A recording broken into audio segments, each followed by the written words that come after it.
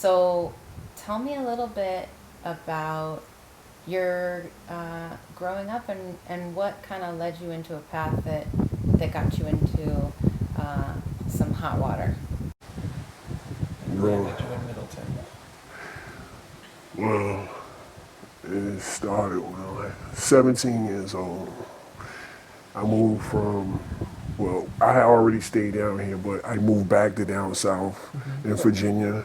And from Virginia, I came back down here because my pops wanted me to come down here. Like, I had never met my pops. He was doing 25 years. He came home from Walpole. Mm-hmm. Only time I seen him was in pictures and stuff. So I came down here. When I was in Virginia, I had already started like out in the streets, hustling, stealing, robbing, breaking in people's houses, everything. Like I already started doing time at like 9. Like I was in a detention center down south at 9 years old, 10, 11 in North Carolina. Mississippi was like great because my great grandmoms and my grandmoms was both living, so they didn't play none of that. Like it was just like it was strict. You had structure. It was structure there. So I think people do good around like good human people and good structure. Down south stuff. But I started gang banging. Been doing that most of all my life. Well, all my life. I caught my first gun charge up here, and that sent me to Middleton for 2.5 years, plus 18 months on and after, because I got into a fight with the Lynn police. I'm always fighting the Lynn police, and every charge I got, I'm fighting the Lynn police. um, so my first time going into Middleton, at that time, who was sheriff? It was I think Paul Castillo or Cousins? no, no, that's Frank's. That's Frank Cousins. Okay. That's don't get me started with him. But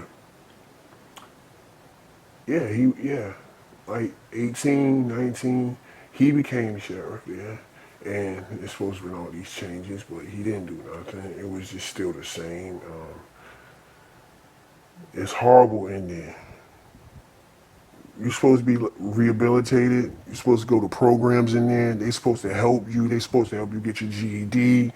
They're supposed to help you, like, they got father programs in there, drug rehabilitating programs in there, A. Lewis, SACO program. They got the, the assault and battery program in there, domestic abuse in there. And every one of them programs, you go in there, you sit down, the correction officer tell you, listen, now that the room is full, only thing y'all have to do is sit down, be quiet, don't make a ruckus, and you'll get your certificate in 90 days. So the person that's supposed to be teaching us something, he's sitting right there, but he's like on his computer, he's not saying nothing, like, there's no help there. There's no help there. Whole gang fights happen right in front of that dude. And people get beat up real bad there, and nothing happens. When the COs come, you get beat up even more. Like, Wow. drag, stomp, like excessive force. Like, they treat you like animals in there. And when you go to solitary confinement, every county jail in Massachusetts, it was only two. It was Plymouth and Essex County. They they solitary confinement was 30 days. It's 30 days. Every other jail is 14 days. It's 2 weeks. Every other county jail, because the inmates in Plymouth County, they did a lawsuit, and they got it brought down to 2 weeks. So now every jail cell Middleton, that's inhumane. Like 30 days. Listen, you're in there for 30 days. You have you're lucky to even like get to a phone, or you're lucky to even get out your cell to take a shower. You know, if the CO don't like you, you're in the cell for 30 days with no rec, no shower, no phone. Wow. No human contact. What? Nothing. Nothing. It's people. I just seen people in solitary confinement for 2 years, 18 months, a year. You understand me? And when they go in there, they're perfectly fine. Like they're interreactive. They're talking to everybody in the unit. You know, like this dude can play cards. Like he's playing poker. He gets out of solitary confinement after 2 years, and he's sitting down. He can't even play cards no more. Like, Yeah, the soul you just know, dies. like everything just dies in you. It's gone. Like all your pride and everything that you stood for is out the window. Well, it's like when you bring a human being, especially a man, and you got a whole lot of other male figures around you, and half a majority of them are aggressive because they're young, and then it's a margarine of the other ones, a big margarine that's all addicts, and then it's a little margarine of the ones that's older people that been doing time all their life and just still couldn't get it, but their brain is just gone, so they're gonna be coming here all their life because they have no place to stay. They have nothing. They let these people out with nothing. Like when I got out of jail, all I've been in jail. I've been going to Middleton. I've been over there about 10 times already. Over. Like I can like probably like 15, 17. I don't know. Like I've been there so many times I can't even count it. I've been there. I know one, two, three. I seen 4 sheriffs go. Wow. That's a lot. I mean, those people are in And there for a and long out and time. out of all of them 4 sheriffs, Frank Cousins held it the longest. So the whole entire time he held that is the whole entire time I was going through jail, coming out, going through, coming out, and then beginning of at the last end of his shit when he lost it, I went upstate. When was the last time that you were in Middleton?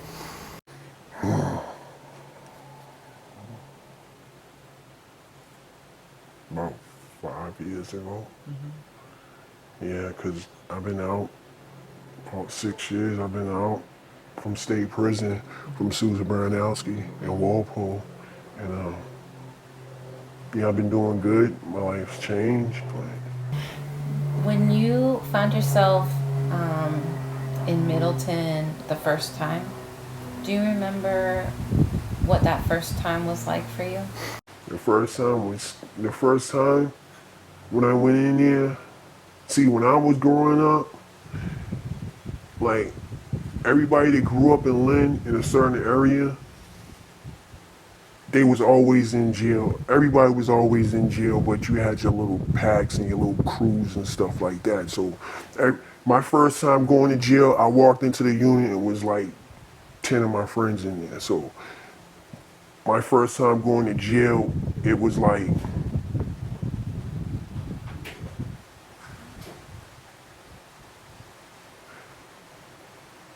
it was bananas because that's like the first time that I really got violent. Like I really had to like put handwork in on people, like just like in general.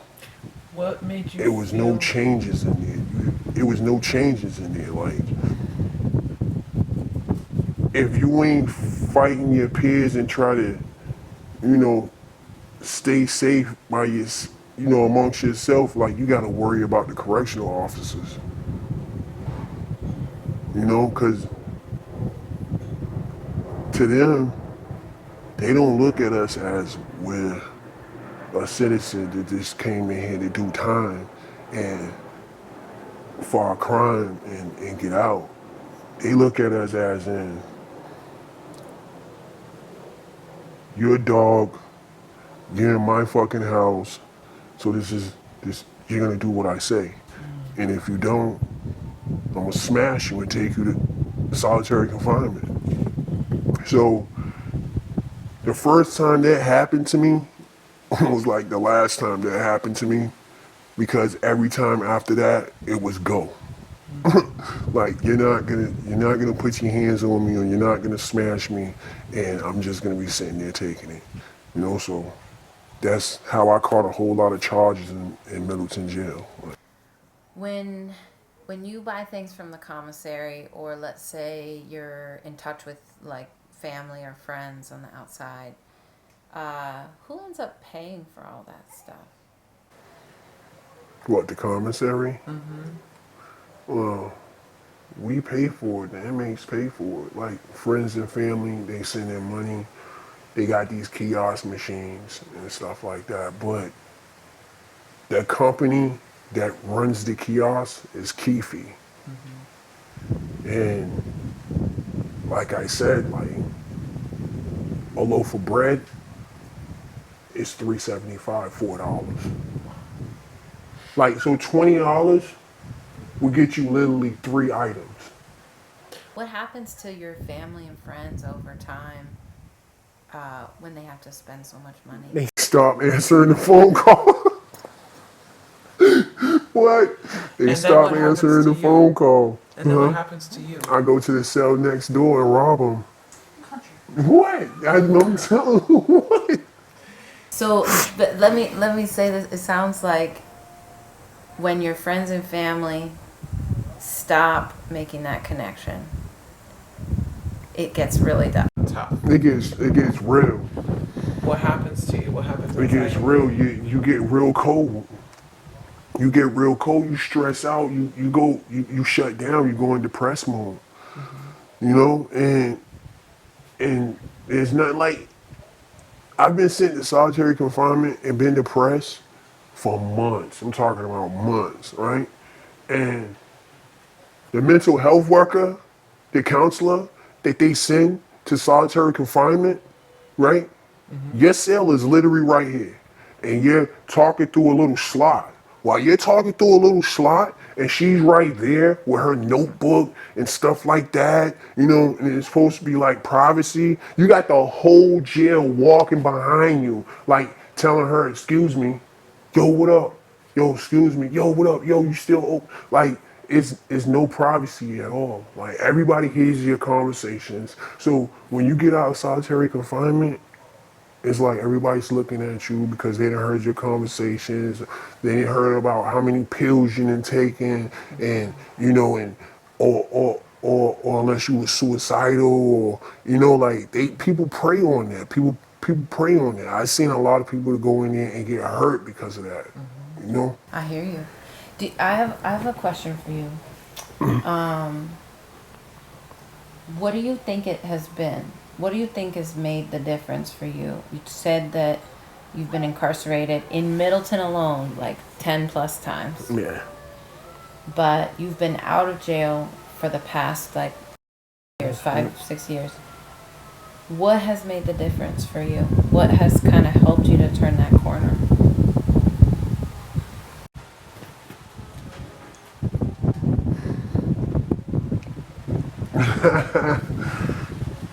All right. The truth. The truth. Well, I was like, I was depressed. I was in a real like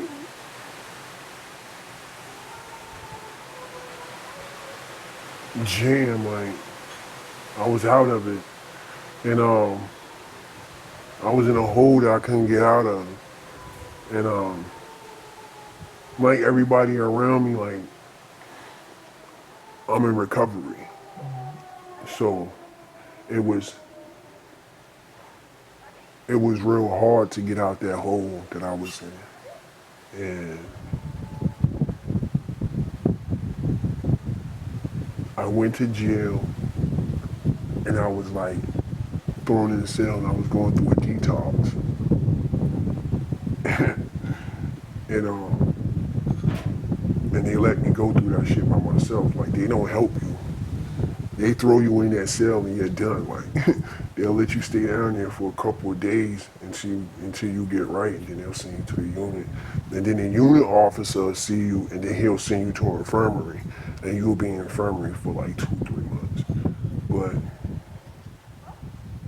I just decided that I had to change the people that I associated myself with and my surroundings. How I represent myself and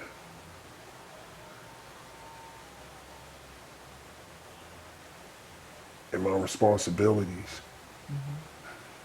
When you, it's like, I was like 14, I'm 43 now, and when you go through so many years of screwing up, not accomplishing things, you get tired of it. You get tired of going to jail, getting abused, picking up more cases, getting abused, thinking everything is gonna go right, and you get out and you have nothing to come home to. You have no help when you leave jail. Period. No programs, no where to point you this direction to go. It's like whatever money you had in your canteen, they give it to you in a check and they drop you off. And they drop you off right here at Lynn Courthouse on Washington Street.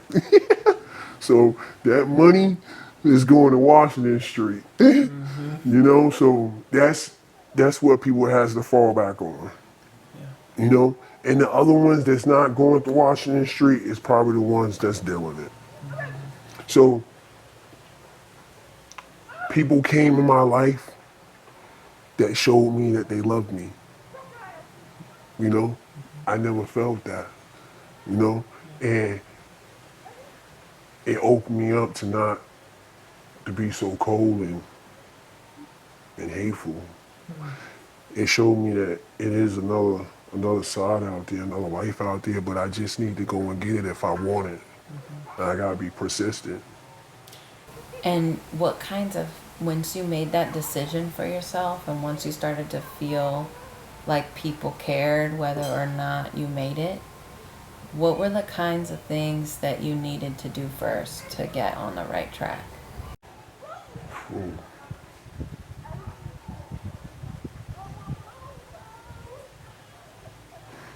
The first thing I did, stop associating with the people that I was associating with. And that was hard because I grew up with all of them. So imagine you telling someone that you grew up with or that you slept in his house when you was kids, like all of these people, and it's like, yo, I can't mess with you no more because the way you live it ain't the way I'm living.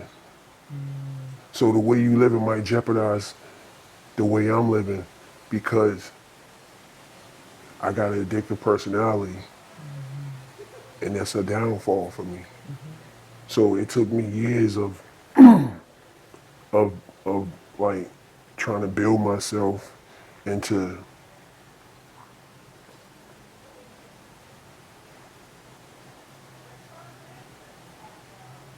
not cracking, not cracking under pressure. You know, and when I mean like, I'm not talking about any type of pressure. I'm just talking about pressure as in, Like life. here you go, Mm-hmm.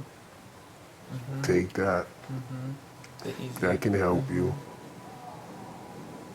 Yeah, I hear When people are out there doing that to you, they're looking out for themselves to bring you down, to bring you back to them. So whatever you get in your pockets is going in them. So Yeah, that was my first thing. And my second thing is I moved. I have a I have an amazing girlfriend. Mm-hmm. I have an amazing sister. Love her to death. If it wasn't for them, if it wasn't for me for putting my work in that I did, I wouldn't be here today. Where I stand and what I have, and if it wasn't for them for pushing me and being there and being on my back when I need it, and to tell me the truth, like, listen, you're Mm-hmm. messing up. So Yeah.